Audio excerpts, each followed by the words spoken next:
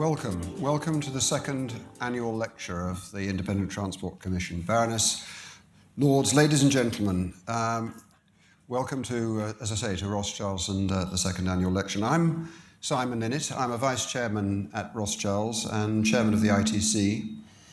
And it is with great regret that I have to announce a slight change to the programme that I see that some of you opening in front of you, in that Lord Freeman, who was going to follow me, has had to absent himself, and he's got a health condition. And Alan Baxter, his great friend, will step in admirably to his shoes. Just by way of introduction to the ITC and this evening, the ITC is a research-based think tank covering and initiating debate around the whole of transport and land planning. And in that, encompassing all those aspects, we are, as we believe, unique in the country. We're very pleased to welcome here, particularly our supporters, and even more particularly those people who we hope will become supporters, without whom none of our work could proceed. We are totally independent of any government money, and it's only through general sponsorship at the core level, not on individual projects, that allows us to make the contribution that we do make, I think, to the national debate. Most of what we do at the ITC is to look at specific transport areas.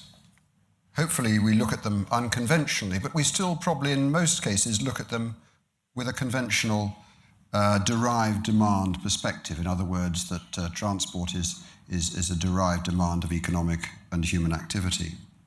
So that covers 5 areas that we're operating in: aviation strategy, how we pay for roads, analysing the fundamental changes that are taking place in the use of car and rail, freight strategy, and high speed too. We hope we punch above our weight because we are lean and mean, so it's important we do. And in the last year, we've made clearly informed commentators, particularly in aviation. We've been referenced repeatedly in core publications by the department on HS2 and roads, and we're working now with government in 2 areas to investigate potential changes in the way they look forward, which is very pleasing for us, and I hope we're making a contribution to those debates. But tonight is slightly different because we're addressing in this, our second annual lecture, in many ways a much, much more difficult subject, which is why we as humans want to travel.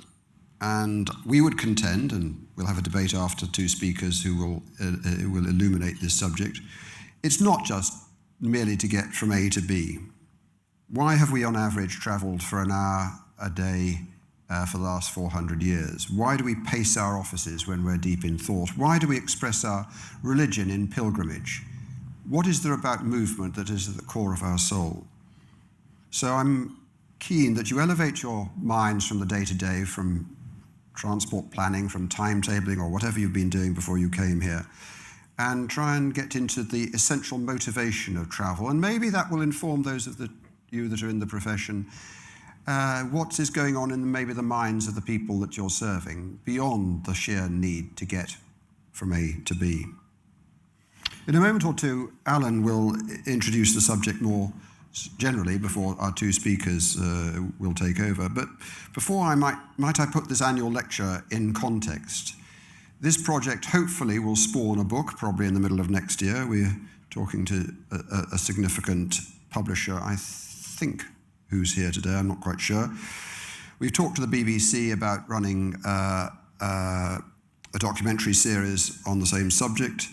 And we also talked to Transport Catapult about the possibility of introducing a module into further education. It's invidious to single out any one party for thanks in all this, but I would have to make reference to Chris Burrett, who with Matthew has been the driver of this whole initiative, and without whom, frankly, we would only be scrabbling at the surface, and together with Bright has made this all happen. But that's for the future. For today is the opportunity to listen to 2 excellent speakers and to introduce the subject, their warm-up act, I suppose, if we were at Glastonbury. Maybe I'll pass you over to Alan.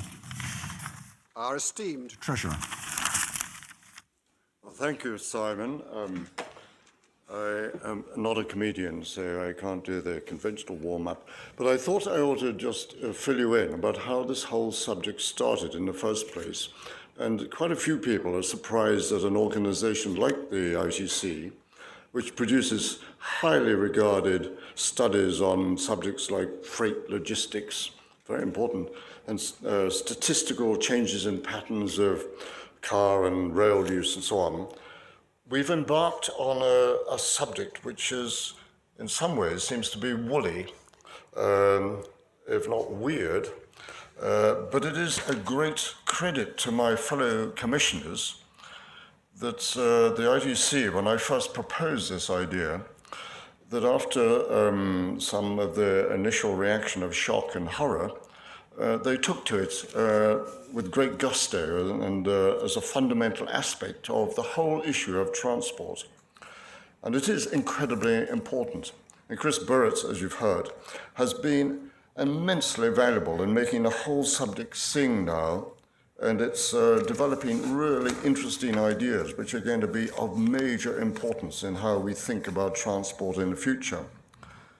And the ideas first originated, in my mind, anyhow, in wondering why, this is many years ago, I often found myself at odds with my logical engineering background.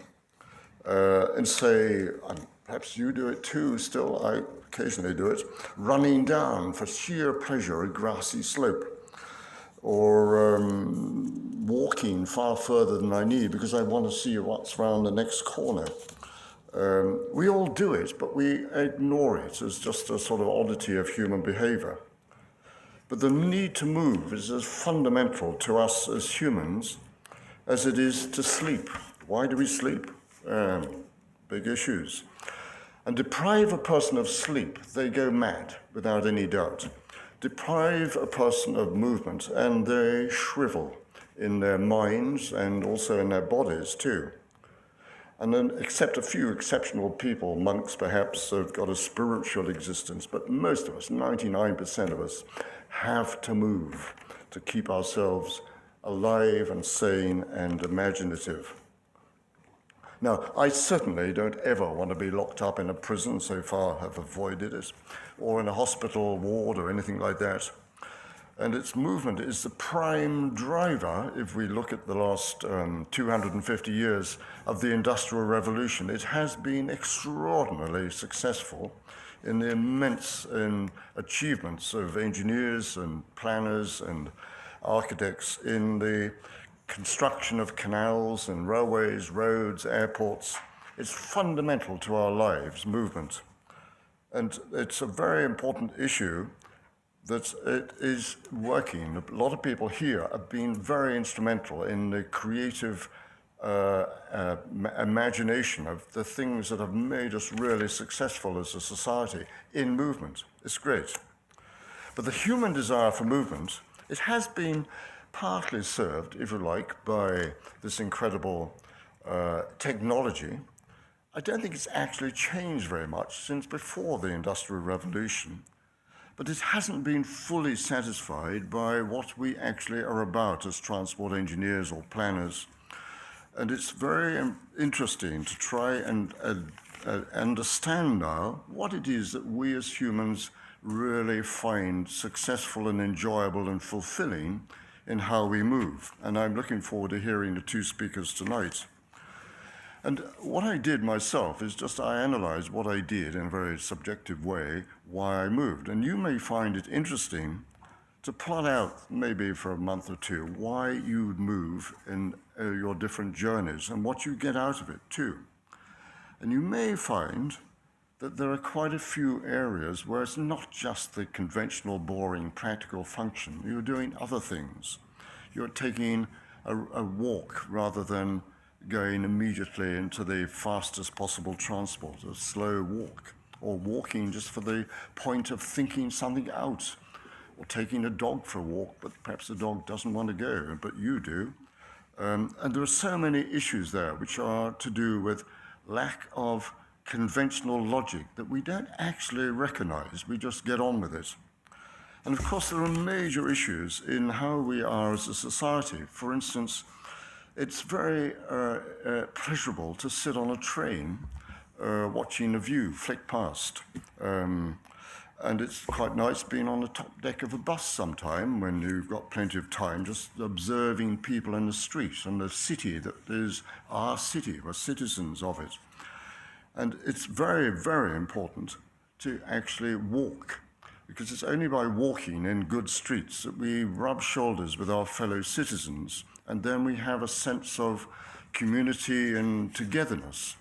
So walking is a very, very key part of our lives, and I think now it's much better recognized in urban design that good streets create good societies because people walk in a very pleasurable way there.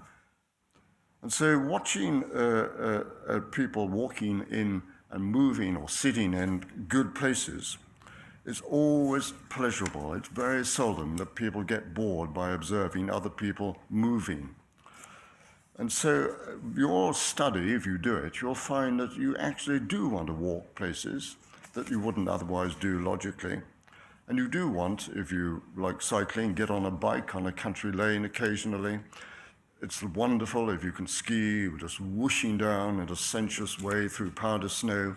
Movement is a joy if it's right. Just occasionally, motoring is still joyful, but very much less so. So what is very interesting that will come out of this study is perhaps an influence about how we might be more intelligent in how we plan transport in the future. There are other parallels, like with health planning, there's more awareness now that hospitals where the patient is by a window, the patient is less time in the hospital, so it's more efficient. And I sense that there are other major issues that we haven't yet really focused on in the way in which we organize transport. And of course, one of the great issues of transport is that we live in a world where it's a small world, it's getting smaller, a growing population, greater demands. There are really important issues for us to understand, not just the joy of movement, but how to arrange it in such a way that it doesn't kill off our wonderful planet. So this study by the ITC might well lead on to a much deeper understanding of why we move. And that's why I'm looking forward very much to hearing the speakers and then your ideas afterwards. Thank you.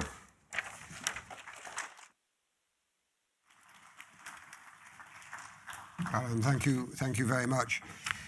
So we have two speakers. They will look at this same subject from a complementary angle. We start with Charles Pasternak. Charles is a world-leading biochemist. He's a founder of the Oxford International Biochemical Centre. He's written a number of books, but probably most significantly known amongst many for Quest, The Essence of Humanity. And he's going to start us off by, through his biomedical studies, addressing the biological motivation that we have for movement, before we turn over to Stephen Bailey, who I'll introduce in a moment.